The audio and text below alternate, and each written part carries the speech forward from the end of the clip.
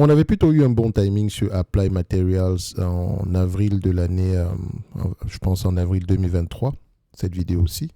C'était assez intéressant à cette période-là. Donc on va aller assez rapidement ici. Je rappelle que j'ai publié ici une note d'analyse sectorielle. Je pense que j'ai également fait une vidéo dessus exceptionnellement pour la chaîne.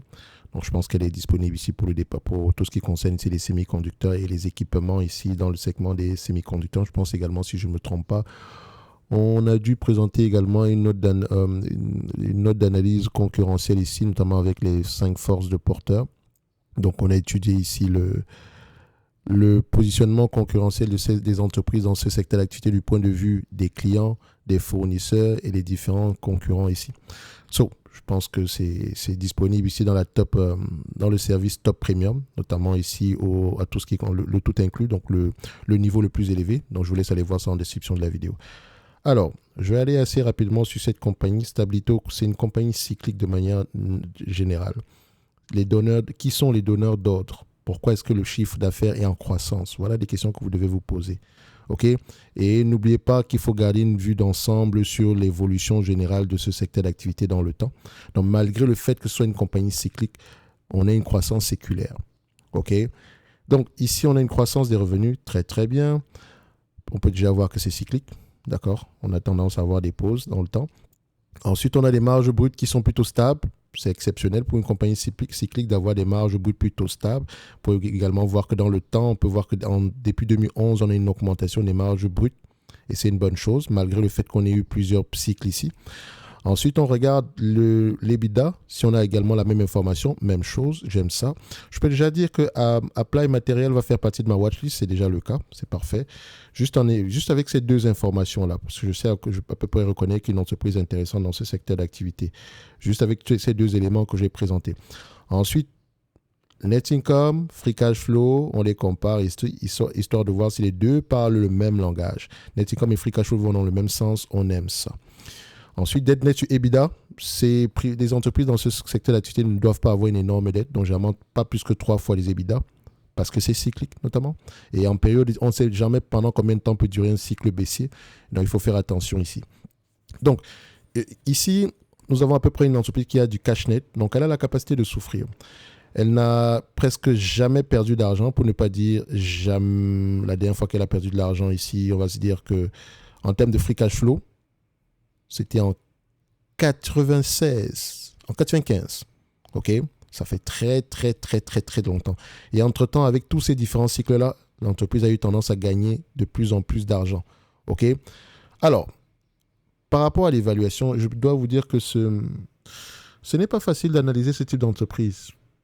Parce qu'on n'est jamais à l'abri ici d'un ralentissement au niveau du cycle. Et parfois, comme je vous dis souvent, pour suivre à peu près si le cycle a encore une certaine vigueur, comparez ici l'évolution trimestre après trimestre. Si le trimestre suivant est plus élevé que le précédent, c'est intéressant. Si le trimestre suivant est moins élevé que le précédent, faites attention. Si le trimestre suivant est moins élevé que le précédent, le même trimestre l'année précédente également, faites attention. Là, elle a publié ses résultats financiers, je n'ai aucune information. Enfin, non, je ne pense même pas que ça a été publié. Donc, d'accord, je ne sais pas ce qui s'est passé aujourd'hui par rapport au moins 7%, je n'en sais rien. Peut-être que quelqu'un a donné un commentaire ici, ni quoi que ce soit. Moi, si je regarde, je sais que de manière générale, c'est un secteur d'activité qui aura tendance à avoir de la croissance. La guerre Chine, États-Unis, machin, truc. Vous allez voir que la Chine a des avantages et les États-Unis ont des avantages. Les deux n'ont pas le choix que de travailler ensemble. Parce que notamment, si on parle des terres rares, la Chine en a énormément. Si les États-Unis veulent un certain type de semi-conducteurs, ils n'ont pas le choix parfois que de faire affaire avec les Chinois. Et donc, voilà. Ce n'est pas aussi facile que ça. Donc, quand on regarde ici les net income dans le temps, on remarque ici que nous avons des marges aux alentours de combien? Nous avons des marges ici, ces dernières années, nous avons des marges ici aux alentours de 17% sur 20 ans. Sur 10 ans, c'est 20%. Sur 5 ans, c'est 24,5%. Sur 3 ans, c'est 25%. Mon problème, c'est de savoir, est-ce que le niveau de marge actuel, est-ce qu'on aura le même niveau de marge sur les années suivantes? C'est la véritable question ici. Et donc, sachant que c'est un business assez imprévisible, il faut faire donc attention par rapport aux attentes. Donc, net income, je prends le net income ici. on s'attend à peu près à du 8 milliards 800 d'ici 2023, d'ici 2026. Et vous remarquez ici qu'on vient à peu près de loin. Enfin, quand je dis loin, on était à 7 milliards en 2022. Donc faites attention, ça peut également changer. Donc c'est pour ça qu'on ne paye pas des multiples de valorisation assez élevés. De manière générale, il y a de grandes chances qu'elle atteigne ce 8 milliards 800 là. Ça sera peut-être pas en 2026, peut-être avant ou bien après, mais il y a de grandes chances qu'elle atteigne ces niveaux-là. Ensuite, par rapport à cette estimation, si on me demande de payer en date d'aujourd'hui, d'accord, on attend à peu près 8 milliards 860 millions. On me demande de payer aux alentours de 162 millions en date d'aujourd'hui, soit un rendement sur cours de 5%. Donc, c'est une entité qui se négocie presque à 20 fois les bénéfices. Pour ce genre d'entreprise, faut rester très prudent. Hein, d'accord? Donc, ici, généralement, nous avons un price to earning aux alentours de combien en moyenne? Je prends la médiane ici. 1, 2. Sur les 10 dernières années, c'est à peu près 15 fois les bénéfices. Sur les 20 dernières années, vous constatez qu'on arrive à peu près à 16 fois les bénéfices. Et vous voulez que je paye 20 fois les bénéfices de 2026? Ça n'a pas de sens.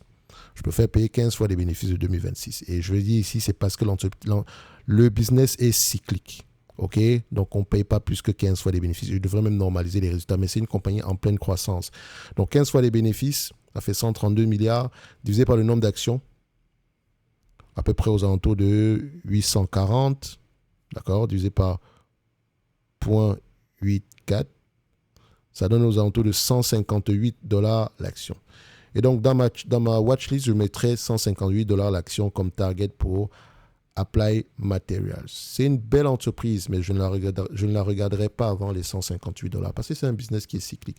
Je ne paierai pas 20 fois les bénéfices pour ce type d'entreprise. C'est un business cyclique. Je dis bien, c'est un business cyclique.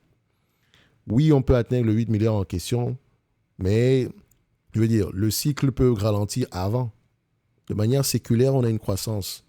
Mais j'aimerais que l'entreprise puisse au moins s'autofinancer en période difficile, ait le moins de dettes possible ici. Et c'est une entité qui peut respecter, c'est une entité qui respecte à peu près, hormis le fait qu'elle vende un produit où elle peut avoir un certain pricing power. Okay? Mais sachez que le produit en question, on le commande de manière ponctuelle, même s'il y a à peu près un service de maintenance également derrière. Mais globalement, je préfère rester sur les lignes de côté, observer, et attendre à peu près qu'on vienne me présenter un prix aux alentours de 158 $. Et maintenant, je me réserve le droit de changer d'avis, tout simplement parce que après la lecture des rapports financiers, on peut voir autre chose derrière. OK? Donc, faites attention.